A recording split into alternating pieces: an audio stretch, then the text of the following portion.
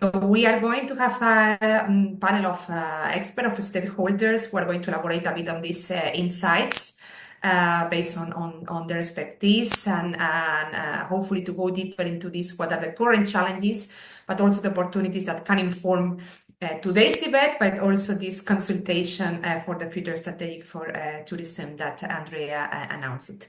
So I would like to welcome the panelists. The first is Klaus Ehrlich, is Secretary General of RURALTOUR, the European Federation of Rural Tourism that represents 28 national and regional providers across 25 countries. Good morning, Klaus.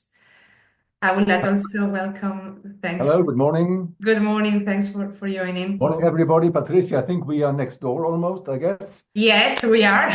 We found out we both world. work and live in Almeria, Spain. So yes. We are close by. Okay, I'll jump in. As we are a bit late, I'll go through as quick as possible. Thanks for the invitation. Thanks for the participation in this event. A short presentation of RURALTOUR. It is a European Federation of regional, national, professional organizations for rural and countryside farm tourism. 26 countries in Europe, existing since 1991. So we are on the market for quite a time. So we come from a history that starts in the 1950s, starting from extending the income for farmers, the farm tourism concept. It was extended into a wide understanding after Cork 1, and we have, let's estimate, figures are a problem, but about 15% of hosting and tourism volume in Europe covered by this type of tourism. I will come to that point at a later point. Where do we stand? Well, historically, we were a niche. Not to say that the tourism industry laughed at us, but we were not taken very seriously. I just would like to commend all the initiatives that were presented by colleagues from the Commission before were quite impossible to think about at this volume and this priority 5 or 6 or 7 years ago. In fact, the kick came through COVID, which from the visitor side put this type of tourism on the map as a first choice. It's like a funneling. When you think about a holiday, you have 4 or 5 things you think first, and then you go down. If you're not in these top first selections, you're out. Now we are in this iceberg. So that's good for us. And at the same time, of course, we heard and we know there's an increasing tourism all over.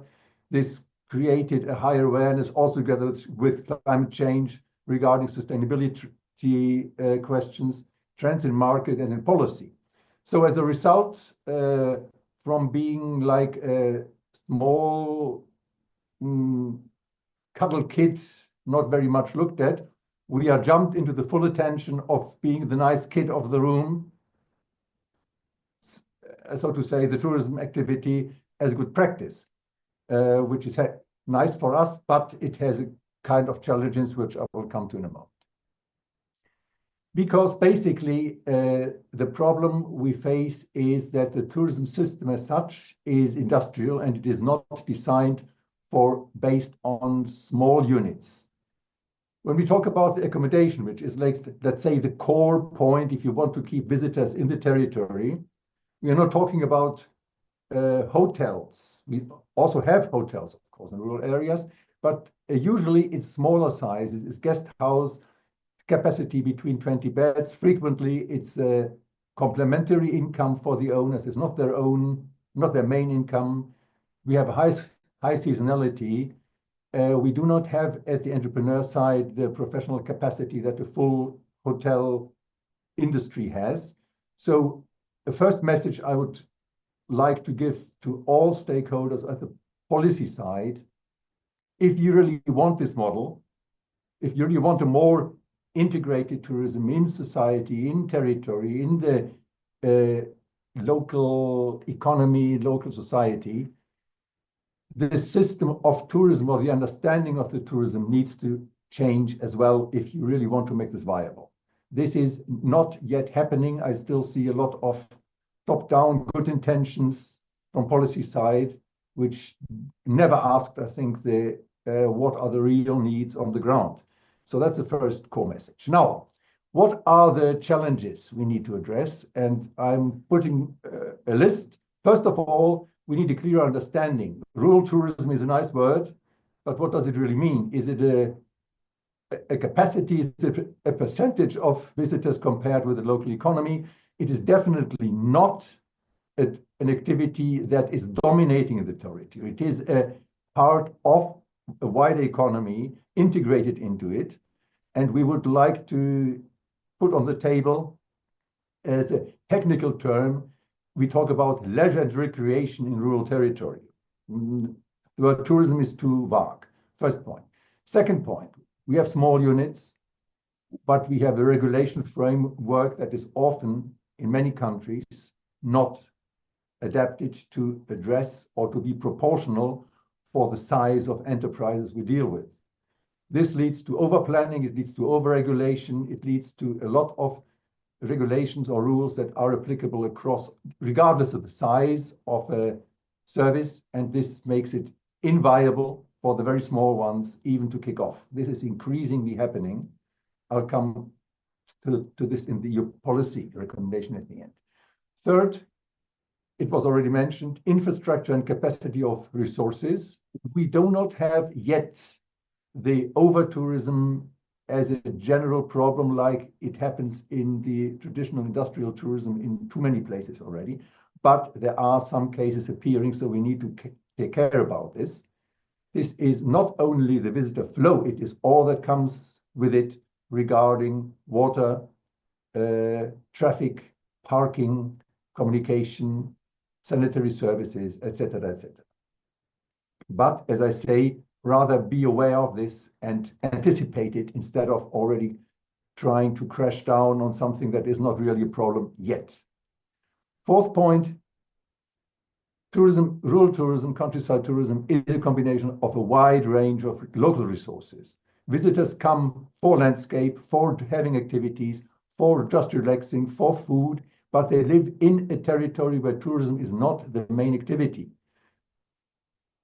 All these small entities that create the product do not have the capacity to have their own planning and cooperation mechanism. They need to cooperate, they need to work together, and this brings me to a term that I believe, and I guess my colleague from NECSTouR will talk about this as well. I see a great future for destination management, not marketing, management, really management. If I can give a good example how this could be done is a country where country tourism is long in the genetics of the overall product, which is Austria. Look how they do it. Don't copy it, but have a look how they organize. This is the way how it works. Where such structures are not in place, one idea would be that the local action groups, which are all over Europe, could maybe take this on board to be, let's say, at least the first starting point for such destination management structures. Fifth point, we need to support the small owners, and for this we need to reach them. Colleagues from DG Move commented already the Pact for Skills. We face a problem that many of the training structures, training opportunities in public supported skills development, lifelong learning, are not accessible for the very small ones because self-employed are often included. Part-time employed are not accessible at all. So we need really a revision of national policies, because this is national policies mostly, to reach the small ones. They are little, they as single don't make much voice, but they sum up to a huge amount. As I said, 15% of European tourism. So that's not nothing, but we don't reach them at the moment.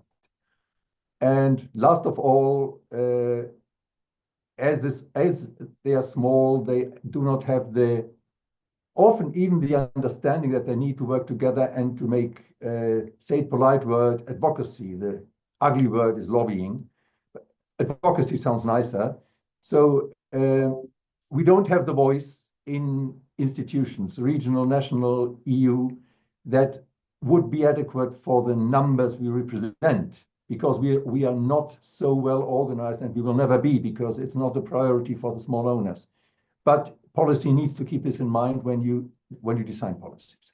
So, recommendation, and I'm almost done, for EU policy.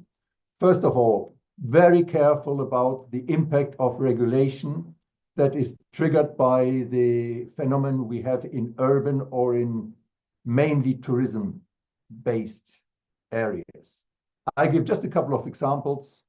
Visitor registration requirement, tax treatment, package travel directive. We are not allowed to combine riding in a neighbor riding stable with accommodation because this is a package. And we need to be a travel agent to do this. This is absolutely ridiculous, but it is still not understood. And when we talk wherever, it's like, oh, yeah, it's nice, but then nothing happens. So on this one, I very much trust on the implementation, stronger implementation of the rural proofing, which could be a way to assure that these things are taken into consideration. Second point, access to funding. Individual small rural enterprises have no chance to be directly participating in European projects or often even in the national breakdown. But we have a very good experience with the cascade funding system that is so far mostly used by COSME. We just finished a EU project where between 6 partners, we attended 190 SMEs in about 17 countries in Europe, giving them just 5,000 euros each, which makes a difference for the small ones. 5,000 euros for a big hotel is nothing, but for a small property to develop a new product, it's a great support. And this works. This is the way forward. So I would really like to see this more in funding mechanisms. The third thing is we need more hard data about our sector, not total figures, local impact, economic impact, social impact, resources, needs, etc., etc. This is one of the tasks we will address in the community group within the Rural Pact on rural tourism, which is about to be presented to the public. But there is more to be done. Otherwise, we have a lot of good intentions, but we don't have hard data where we can really work with. And in general, as I said at the start, to finish the loop, we need to adapt the understanding of the tourism system as a whole if the policymakers really want a different tourism to be viable and operative in Europe. Thank you very much. Thank you very much, Klaus, for pointing all these very important points, challenges coming from the private sector, for bringing out the rural proofing and how to regulate things through the rural lens with their specificities and the uniqueness. And we have shared in the chat the link to this successful project that you mentioned, the Eurocluster Rural Tourism Project, with this cascade funded to really reach out to those that are more difficult to reach. Some people are reacting and asking you things in the chat, so you might also want to engage with them. And then I would like to move from RURALTOUR for this economic regulatory aspect that are essential to foster sustainable rural tourism, to culture and creativity, another key aspect of to tourism as a driver for rural development. So I would like to welcome the 2 coordinators of a community group, also in the Rural Pact platform. We will put the link as well. The 2 coordinators, first of all, Nancy Duxbury, senior researcher at the Center for Social Studies, University of Coimbra in Portugal, and you're also project coordinator of the Horizon Europe project in situ. We will be again sharing all these links, a lot of links today. And your coordinator, Piotr Michalowski, board member of the European Network of Cultural Centers. And within this network, you coordinate a working group on non-urban culture. So welcome, Nancy, Piotr. Thank you very much for being with us today. As I said, we wanted to address now the more cultural and community participation aspect of rural tourism. Cultural heritage and creative industry are essential for making rural tourism sustainable, but also community-centered. So in your views and your experience, how do you think rural communities can prioritize their own culture and creative ecosystem to develop sustainable rural tourism? Where they could get inspiration from to do this, and how the rural communities can take the lead in shaping what is the future of tourism, ensuring that it remains genuinely to their uniqueness, to their cultural identity, but also resilient in the long term. A lot of questions, I know, but if you can take a couple of minutes, it's of you to share your views on this, we would be really grateful. Thank you. Thank you. And thank you very much for the invitation to be part of this webinar today. I'm going to share my time with Piotr, so I'll be very brief. I think I have three main points about how rural communities can prioritize their own cultural and creative ecosystems to develop sustainable tourism solutions. And I think first is to make a decision to prioritize your own cultural and creative ecosystem. I think we assume it's going to happen, but oftentimes we see imported cultural activities and festivals that have no connection to the place where they are. So I think that decision to prioritize your local culture, your regional culture, the cultural ecosystem players, and the community well-being is really important. And as part of that, involving directly cultural organizations and artists actively in developing activities and strategies, not thinking of them just as content for tourism, but as partners to design and build locally rewarding experiences and initiatives. This, of course, means that it's very important to foster and support cultural agents, organizations, heritage stewardship, and other initiatives for their own sake, so they can be strong and be part of this partnership when recognizing the intrinsic value of their activities and not just for tourism. I think the second key point is to identify and value one's own unique cultural assets.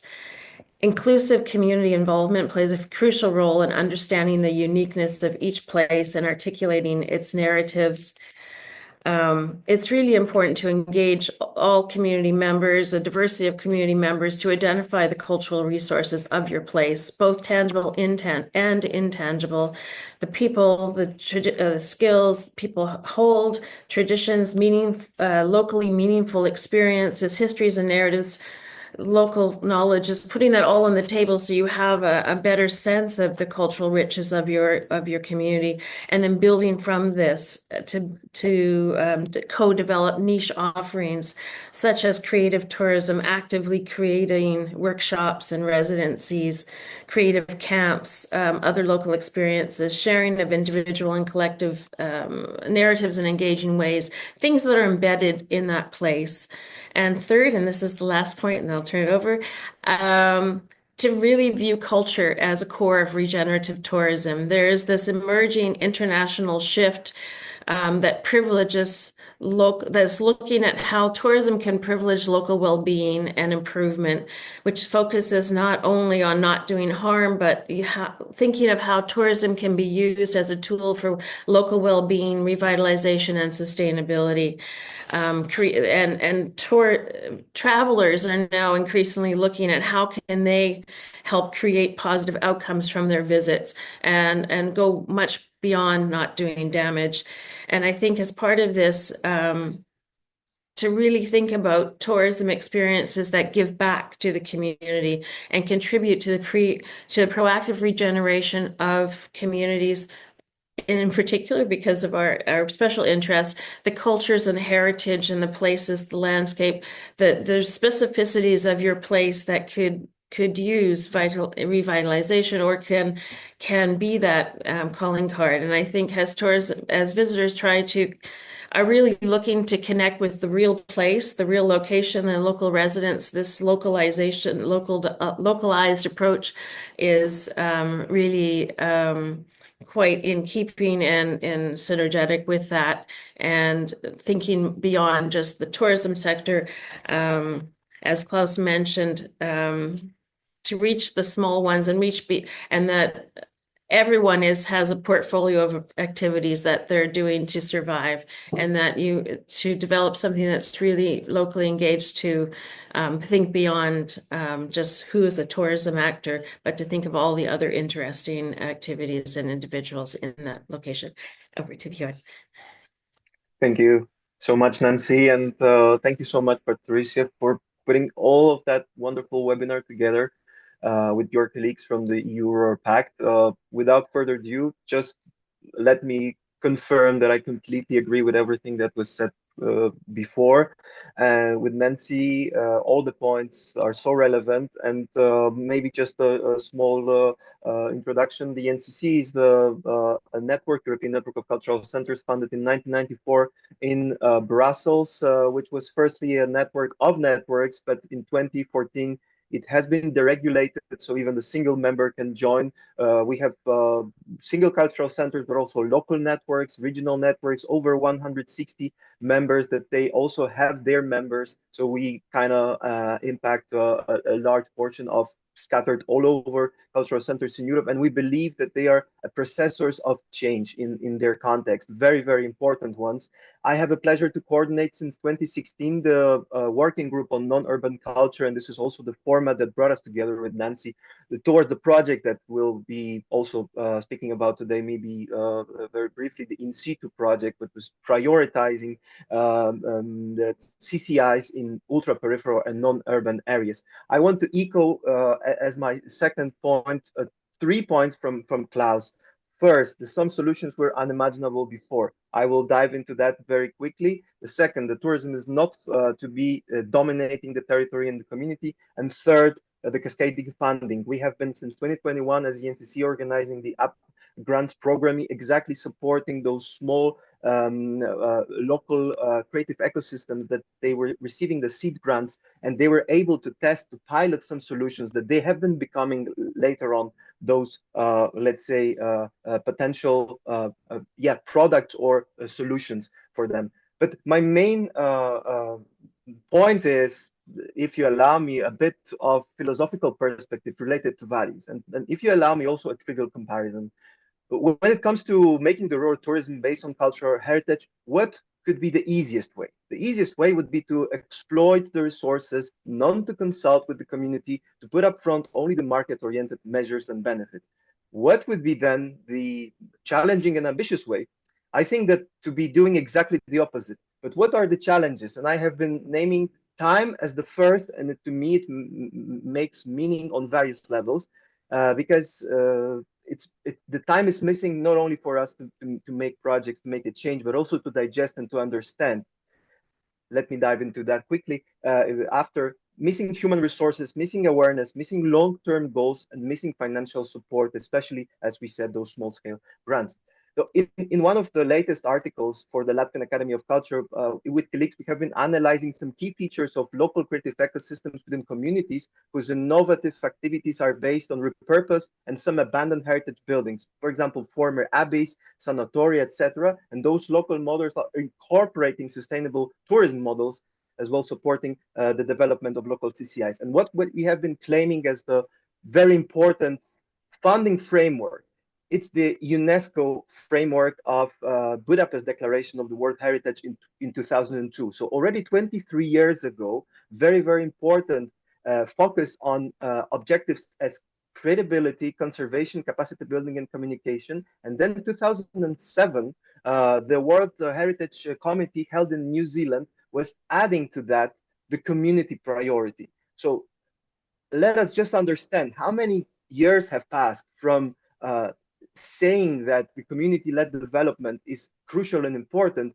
to be having in 2025 or some years before, those program is unimaginable before, as we have been saying, and I'm echoing Klaus' words here. So to do this understanding, it's so important to digest the key recommendations, to convince stakeholders, to convince ourselves, the policymakers, and then to really start to be acting in the local context. And therefore, I'm also saying, and we are also saying with colleagues, that those conventions, they have anticipated the sustainable development goals adopted only in 2015, but it's so important also for such large organizations and then for the localities to really be putting upfront those priorities.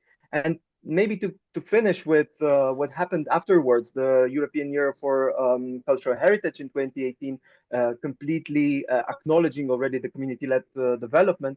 And I'm just willing to say that ENCC network is exactly trying to connect those scattered peers in order to put up front the values of civic participation, inclusion, diversity, accessibility, and dialogue, because it supports this know-how transfer and the way to involve community in co-creation, consultancy, and prioritizing the community arts and innovation. So this is the strategic thinking, my last sentence, and supporting those local activities in the further dialogue with the tourism sector. They are more immune and more prepared for this discussion, and also for creation of the CCIs in the local context, that they could very much and immensely support the sustainable local development. Thank you so much.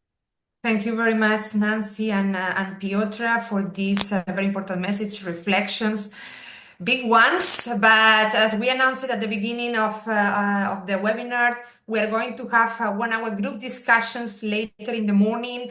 The different EU network representatives are going to be in each of the groups, so be able also to continue the conversations. There are a lot of sharing in the chat, a lot of ideas, a lot of resources. We will be able to go deeper into this, but thank you very much for putting the community participation and culture and creativity sector in the spot for this discussion as well, Nancy and Piotr.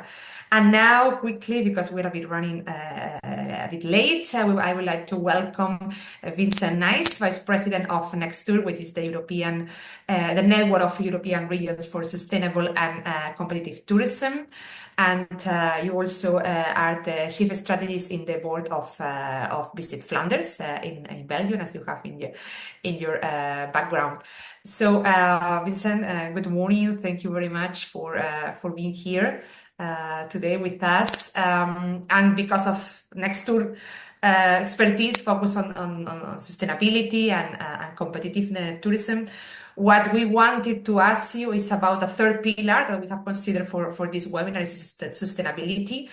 So in your experience, Vincent, how can rural tourism contribute to climate adaptation and environmental sustainability, while we are still ensured the viability for the local communities, for the rural villages?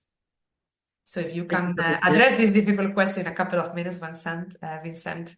Yes, I will try to be short. Well, the answer is with a balanced approach. The question is how.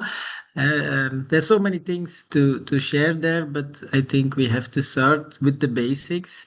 And it should all start with a solid and clear supported vision and strategy. So I'm really now at the high level end of what people in the DMOs, but also in other organizations do. You need a clear vision and a strategy. And in Flanders, so my region, in the north of Belgium, we went through this process of creating this vision about 7 years ago in a very participative way. And Klaus already mentioned it. Visit Flanders is a DMO. I guess most of you know.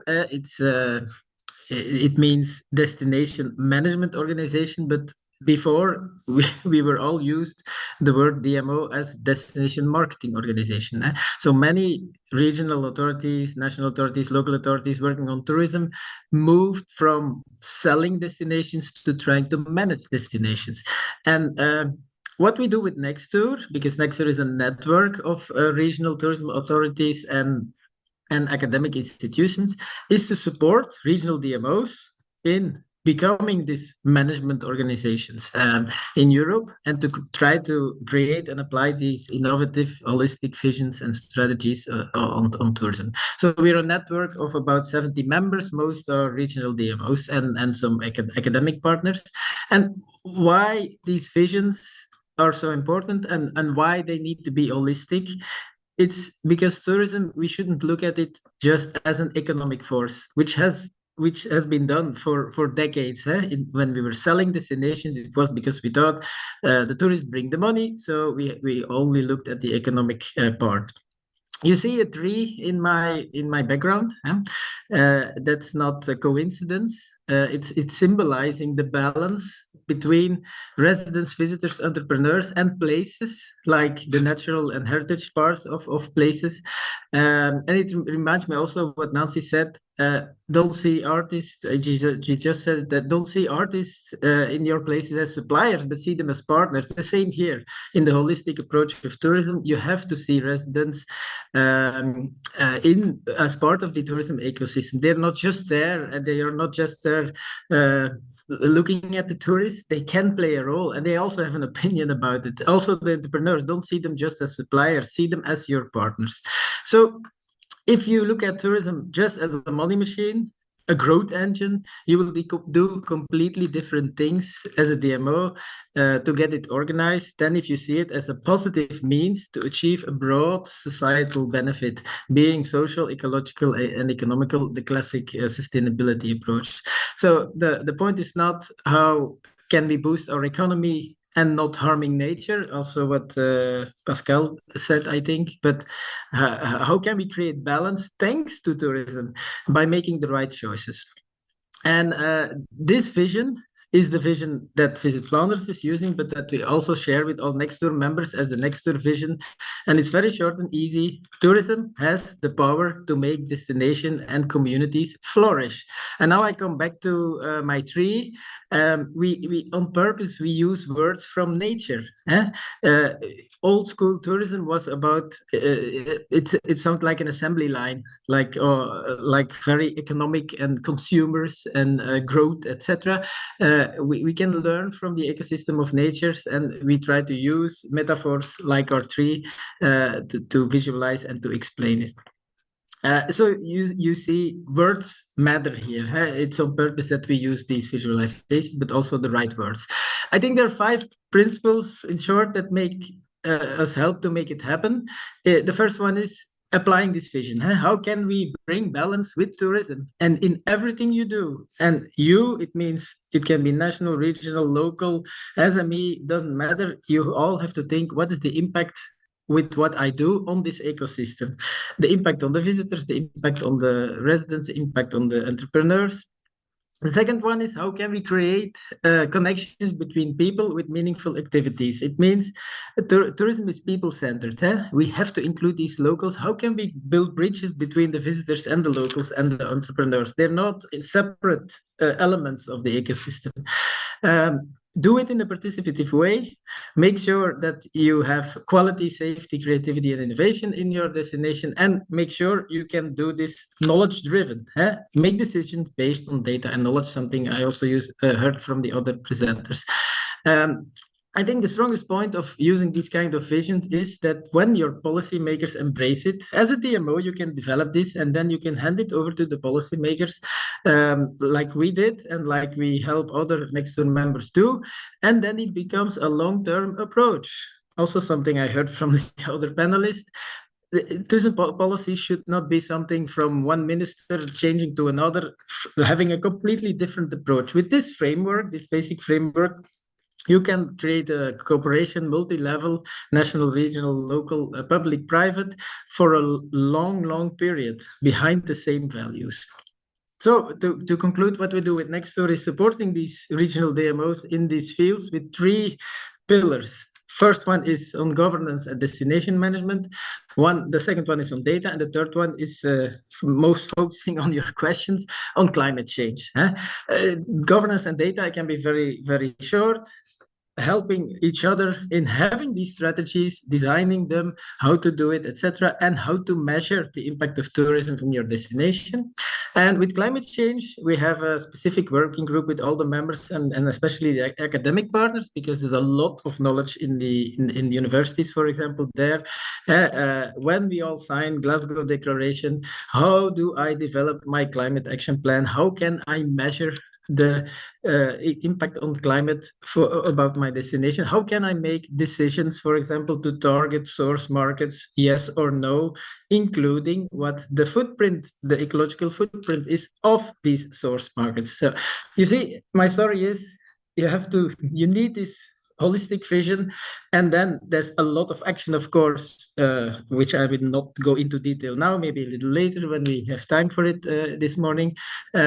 But having the vision and the strategy is basic. So the last thing I want to say is, if you, and I can prove it because we're using it for 5-6 years already, if you do this, you will have a reference framework for yourself, but which is also a great inspiration for all the rest of the ecosystem in your destination. And because there is no we don't want a top-down approach. We don't want to say we are the regional tourist board and everybody else has to listen to us. It doesn't work. There is no regulatory framework even for that. But when you have an inspirational vision where everybody says, I can stand behind this, it's opening many doors for collaboration. Thank you very much, Vincent, for this inspirational vision and the fact of making the right choices. We will have the opportunity to hear perhaps more about these pillars, particularly on the one on climate change that you work on next tour when we go into the group discussions. Number Yes, 3 will yes. be devoted to this topic, Yeah. and we will have the opportunity to have you there. I So thank you understand very much. it's quite high level, but this is very important. And of course, there's examples to give in practice. Yeah. And yes, and examples are very, very important to illustrate how it can be put into place, put into action.